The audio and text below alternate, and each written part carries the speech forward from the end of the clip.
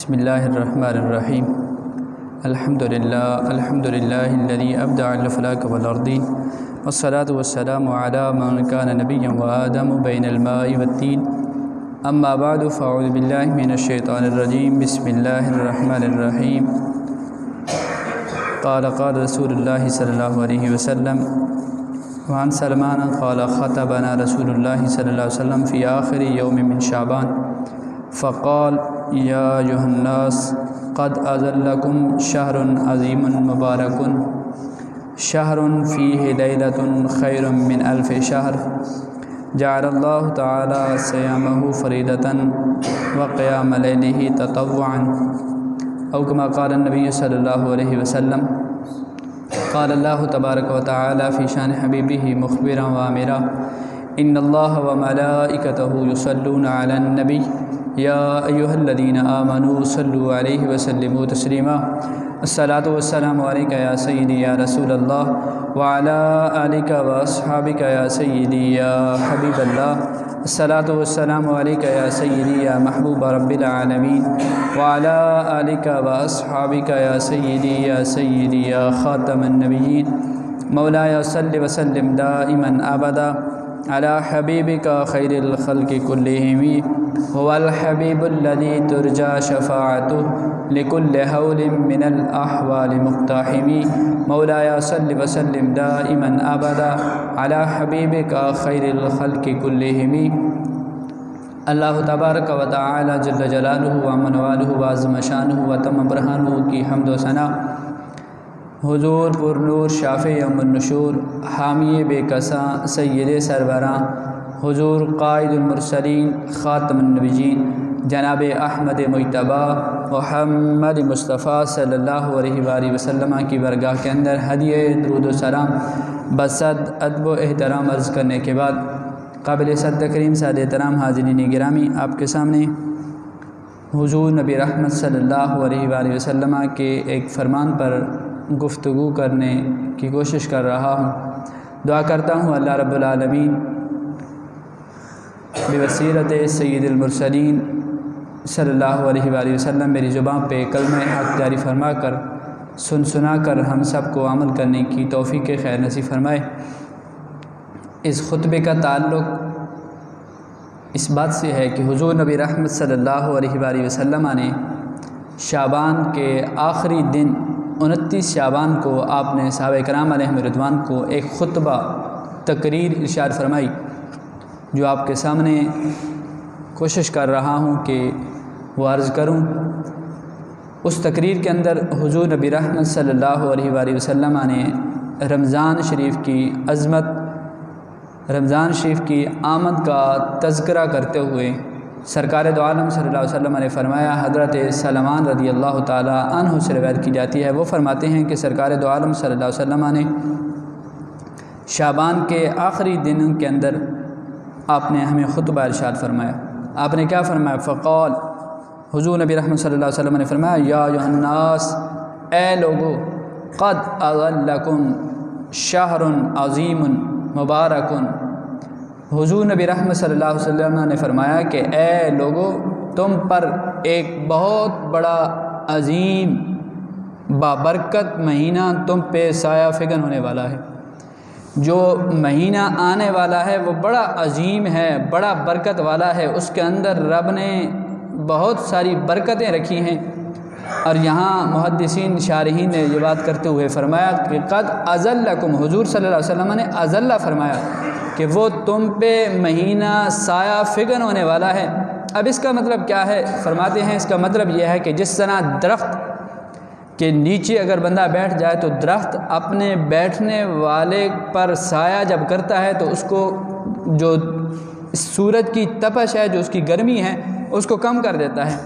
اس کو سکون پہنچتا ہے، راحت پہنچتی ہے۔ اسی طرح یہ جو رمضان شریف کا مہینہ ہے، یہ بندے مومن پر سایہ فگن ہو کر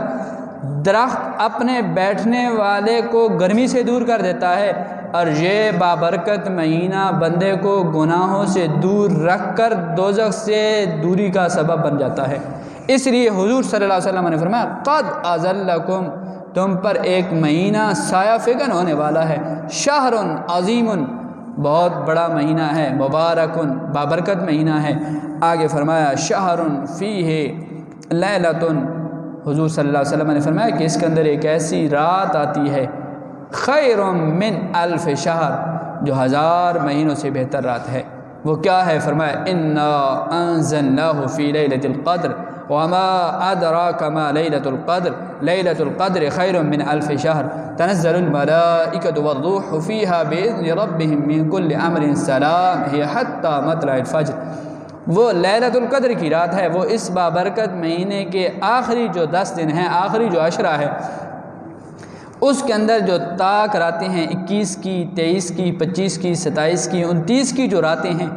ان کو فرمایا یہ ایسی راتیں ہیں جو 1000 مہینوں سے بہتر ہیں۔ بندہ ایک رات اس لیلۃ القدر کے اندر عبادت کرے گا، اللہ اسے 1000 مہینوں سے بہتر رات، اس کا اگر حساب لگایا جائے تقریباً 83 سال عبادت کا ثواب اللہ رب العالمین اسے عطا فرما دیتا ہے۔ فرمایا یہ وہ مہینہ ہے جس کے اندر ایک رات کی اتنی فضیلت ہے جو 1000 مہینوں سے بہتر رات ہے۔ آگے فرمایا کہ جعل اللہ صیامہ فریدا، سرکار دو عالم صلی اللہ علیہ وسلم نے فرمایا کہ اس بابرکت مہینے کے جو روزے ہیں وہ اللہ نے تم پر فرض کر دیے۔ آگے فرمایا وقیام لیلہ تطوعا، اور اس کی رات کے اندر قیام کرنا، رات کے اندر عبادت کرنا، وہ تمہارے لیے نفل قرار دیا گیا ہے۔ وہ ہے نماز تراویح، کہ بندہ نماز تراویح کے اندر رب کے قرآن کی تلاوت سن کر جب بندہ اپنے آپ کو پیش کر دیتا ہے تو اس پر حضور نبی رحمت صلی اللہ علیہ وسلم کا فرمان نشان بھی موجود ہے۔ سرکار دو عالم صلی اللہ علیہ وسلم نے فرمایا الصیام والقرآن یشفعان للعبد او کما قال نبی صلی اللہ علیہ وسلم۔ سرکار دو عالم صلی اللہ علیہ وسلم نے فرمایا کہ روزہ اور قرآن قیامت کے دن بندے کے لیے شفاعت کا سامان کریں گے، سفارش کریں گے، عرض کریں گے مالک اس شخص نے سارا دن مجھے بھوک پیاس کے اندر رکھا، اس کو میں نے کوئی چیز کھانے پینے نہیں دیا، مالک آج میں اس کی سفارش کرتا ہوں، اس کو تو بخش دے۔ حضور نبی رحمت صلی اللہ علیہ وسلم فرماتے ہیں رب روزے کی سفارش کو سن کر رب اس کی سفارش کو قبول کر کے بندے کی بخشش کا سامان کر دے گا۔ اسی طرح قرآن بھی آ جائے گا، عرض کرے گا مالک اس کو میں نے بستر سے دور رکھا، یہ رات لیٹ کافی دیر تک قرآن کی آیات سنتا رہا، قرآن کی تلاوت سنتا رہا، مالک آج میں سفارش کرتا ہوں اس پہ مشکل وقت ہے، اس مشکل گھڑی کے اندر میری سفارش کو قبول کر کے اس کے لیے مغفرت و بخشش کا سامان کر دے۔ پھر فرمایا من تقرب فیہ بخصلۃ من الخیر کان کمن ادا فریدا فیما سواہ او کما قال نبی صلی اللہ علیہ وسلم۔ سرکار دو عالم صلی اللہ علیہ وسلم نے فرمایا کہ اس ماہ مبارک کی شان یہ ہے، اس کے اندر جو نیکی کا معیار ہے، سٹیٹس ہے، وہ اس طرح بلند ہو جاتا ہے، اللہ رب العالمین کی رحمت اس طرح جھوم کے آتی ہے، اللہ کی رحمت کے اندر اس طرح اضافہ کر دیا جاتا ہے۔ من تقرب فیہ بخصلۃ من الخیر، اگر کوئی بندہ اس ماہ مبارک کے اندر کوئی بھی نیکی کا کام کرے، یعنی نفل کا کام کرے، رب اسے اتنا ثواب دے گا، اتنا ثواب دے گا، گویا وہ یوں سمجھے کہ اور مہینے کے اندر فرض ادا کر رہا ہے، یعنی اور مہینوں کے اندر جو فرض ادا کرے گا جتنا ثواب ملتا ہے، یہاں اگر بندہ نفل کرے گا اس کو فرض کے بدلے ثواب دیا جائے گا۔ یعنی ایک بندہ ہے، اس نے رمضان شریف کے بابرکت مہینہ کے اندر ایک نفل پڑھا، اب چاہیے تو یہ تھا کہ ایک نفل کے بدلے میں اسے ایک نفل کا ثواب دیا جاتا، لیکن رمضان شریف کے اندر رب کی رحمتیں اس قدر جھوم جھوم کے آتی ہیں، اس قدر ان کے اندر اضافہ کر دیا جاتا ہے، فرمایا بندہ پڑھے گا ایک نفل لیکن اسے ایک فرض کا ثواب دیا جائے گا۔ آگے فرمایا ومن ادا فریدا فیہ کامن کان کمن ادا سبعین فریدا فیما سوا۔ آگے فرمایا کہ جو بندہ نفل ادا کرے گا تو اسے فرض کا ثواب دیا جائے گا، اگر بندہ فرض ادا کرے گا تو اسے 70 گنا زیادہ ثواب عطا کر دیا جائے گا۔ اسی لیے علماء فرماتے ہیں رمضان شریف کے مہینہ کے اندر بندہ زکوٰۃ کا فریضہ بھی ادا کرے، کیونکہ ویسے اور مہینوں میں اگر زکوٰۃ ادا کرے گا تو اسے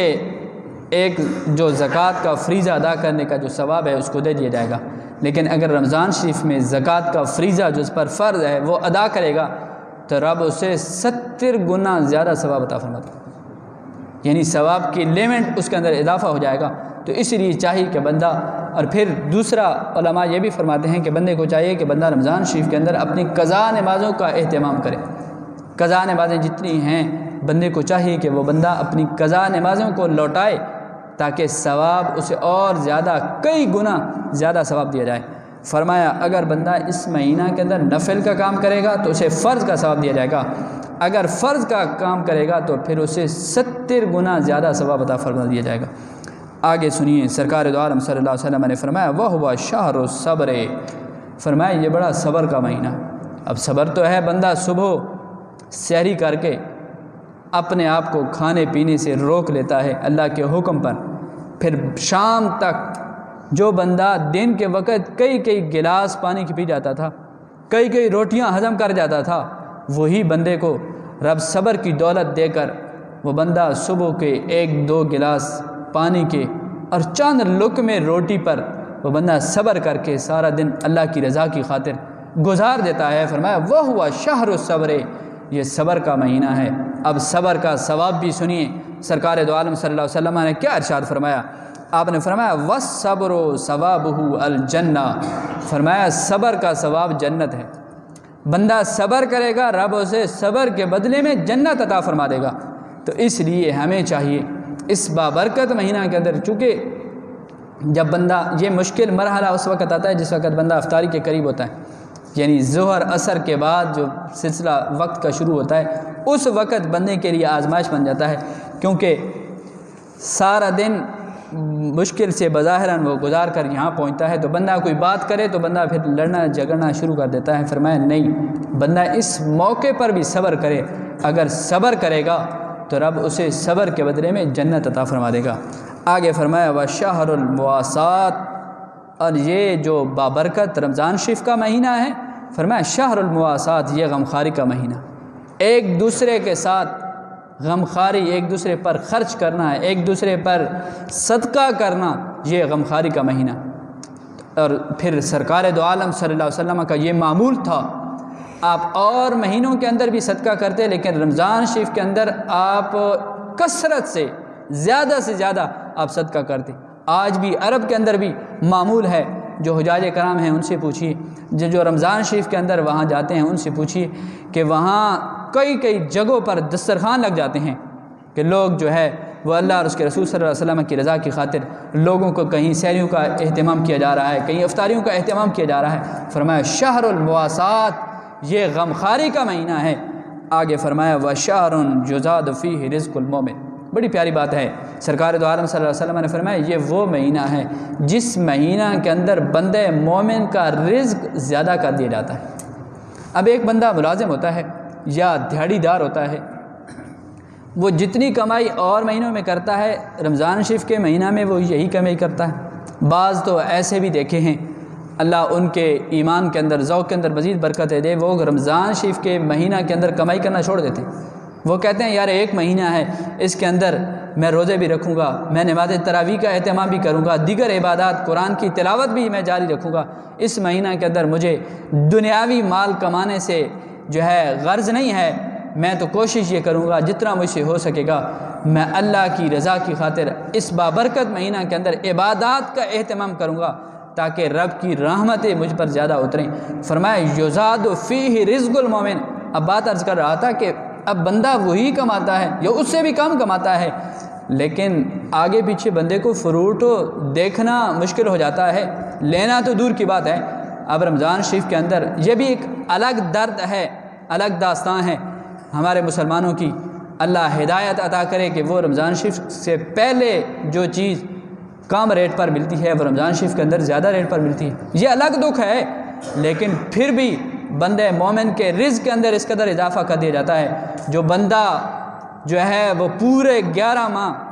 فروٹ دیکھنے پر بھی قاصر ہو جاتا ہے، رمضان شریف کے مہینہ کے اندر رب اسے توفیق دیتا ہے، رب کی طرف سے اسے عطا کیا جاتا ہے، وہ جس قدر توفیق ہوتی ہے بندہ اس توفیق کے مطابق شام کے وقت وہ اپنے سامنے فروٹ کا رزق بھی پا جاتا ہے، اور اسی مہینہ کے اندر پھر عید کے موقع پر اپنے کپڑے لینے، گھر والوں کے لینے، بچوں کے لینے، یہ بھی اس پر جو ہے بہت ساری ذمہ داری ہو جاتی ہے، لیکن رب کی طرف سے چونکہ سرکار دو عالم صلی اللہ علیہ وسلم کا فرمان عالیشان موجود ہے، برحق ہے، ہمارا ایمان ہے، اور یہ ہمارے پھر مشاہدہ کے اندر یہ بات ہے، یزاد فیہ رزق المومن، فرمایا اس مہینہ کے اندر بندے مومن کے رزق کے اندر اضافہ کر دیا جاتا ہے۔ اس پر میرے چچا جی اکثر اگر بات ہو رہی ہو تو فرماتے ہیں کہ ایک وقت یہ تھا کہ جب ہم افطاری کرنے کے لیے بیٹھتے تو ہمارے سامنے اور کچھ نہیں ہوتا تھا، بس گڑ کا شربت ہوتا تھا۔ آج تو اللہ کا فضل و کرم ہے، آج اس کی نعمتوں کا ہمیں شکر ادا کرنا چاہیے۔ اگر گھر کے اندر 4-5 بندے ہیں، ہر ایک کی پسند مختلف ہے، اگر کوئی بندہ جو ہے وہ کولڈ ڈرنک پسند کرتا ہے تو اس کے سامنے کولڈ ڈرنک بھی موجود ہے، اگر کوئی بندہ جو ہے شکنجی کا پانی پسند کرتا ہے وہ بھی دسترخوان پہ موجود ہے، اگر کوئی بندہ لسی پسند کرتا ہے وہ بھی موجود ہے۔ پھر بھی بندہ کہے یار پتہ نہیں کیا ہو گیا ہم پہ، ہمیں اتنی غربت ہے، ہمیں یہ ہے، ہمیں یہ ہے، اور نہیں بھائی، یہ تو پھر پیچھے پلٹ کر دیکھ کہ ہمارے بزرگوں نے کس قدر مشکلات کے اندر وقت گزارا۔ یہ تو اللہ کا فضل و کرم ہے کہ جو چیز بندہ پسند کرتا ہے اللہ اسے دیر سویر کے ساتھ اللہ اسے عطا کر دیتا ہے۔ فرمایا اس مہینہ کے اندر بندے کے لیے رزق کے اندر اضافہ کر دیا جاتا ہے۔ آگے فرمایا من فطر فیہ صائما، اب یہاں سے روزے افطار کرانے کا ثواب ذکر کیا جا رہا ہے۔ فرمایا من فطر فیہ صائما، سرکار دو عالم صلی اللہ علیہ وسلم نے فرمایا کہ جو شخص کسی مسلمان بھائی کو روزہ افطار کرائے گا اس کے لیے کتنا ثواب ہے؟ فرمایا کان لہ مغفرۃ لذنوبہ، اللہ اس کے گناہوں کو بخش دے گا، وعتق رقبۃ من النار، اللہ اس کی گردن کو دوزخ سے بھی نجات عطا کر دے جس بندے نے کسی بندے کو روزہ کھلایا، افطار کرایا۔ آگے فرمایا وَقَانَ لَهُ مِثْلُ أَجْرِهِ مِنْ غَيْرِ أَنْ يَنْقُصَ مِنْ أَجْرِهِ شَيْءٌ أَوْ كَمَا قَالَ، سرکار دو عالم صلی اللہ علیہ وسلم نے فرمایا کہ یہ بندہ نہ سمجھے کہ جس بندے نے کسی کو روزہ افطار کرایا تو اس کو یہ 3 ثواب ہیں، ایک تو اس کے لیے گناہوں کو بخش دیا جاتا ہے، دوسرا اس کی گردن کو دوزخ سے آزاد کر دیا جاتا ہے، تیسرا فرمایا جس بندے نے روزہ رکھا اس کو جتنا ثواب رب نے عطا کرنا تھا، جس بندے نے روزہ افطار کرایا رب اسے بھی یہ ثواب عطا فرما دے گا۔ اور آگے فرمایا من غیر ان ینقص، اس کے ثواب کے اندر کمی نہیں کی جائے گی، بلکہ جتنا ثواب رب روزہ رکھنے والے کو دے گا اتنا ہی ثواب رب روزہ افطار کرانے والے کو بھی عطا فرما دے گا۔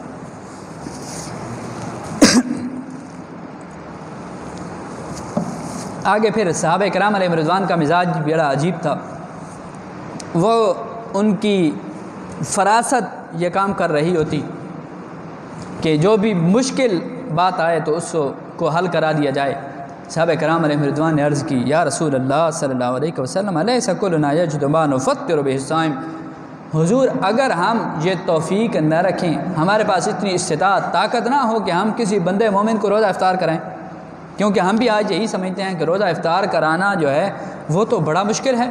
وہ جناب ہر قسم کا فروٹ بھی مہیا کرنا ہوگا، جناب کولڈ ڈرنک کا اہتمام بھی کرنا ہوگا، ساتھ روٹی کا بھی جناب انتظام کرنا ہوگا، یہ فلاں چیزیں اور بھی بہت سارے نمکین چیزوں کا بھی اہتمام کرنا ہوگا، یہ تو بڑا مشکل ہے۔ صحابہ کرام علیہ رضوان نے یہ مسئلہ حل کر دیا امت کے لیے آج 1400 سال پہلے۔ صحابہ کرام علیہ رضوان نے عرض کی حضور اگر اتنی طاقت بندہ نہ رکھے روزہ افطار کرانے کے لیے تو اس کے لیے کیا حکم ہے؟ سرکار دو عالم صلی اللہ علیہ وسلم نے فرمایا فقال رسول اللہ صلی اللہ علیہ وسلم یعطی اللہ ھذا الثواب، سرکار دو عالم صلی اللہ علیہ وسلم نے فرمایا کہ یہ ثواب تو رب اسے عطا کرے گا۔ اب توجہ کیجیے گا، یہ جو ثواب ہے نا کہ گناہ بخش دیے جاتے ہیں، اس کی گردن کو دوزخ سے آزاد کر دیا جاتا ہے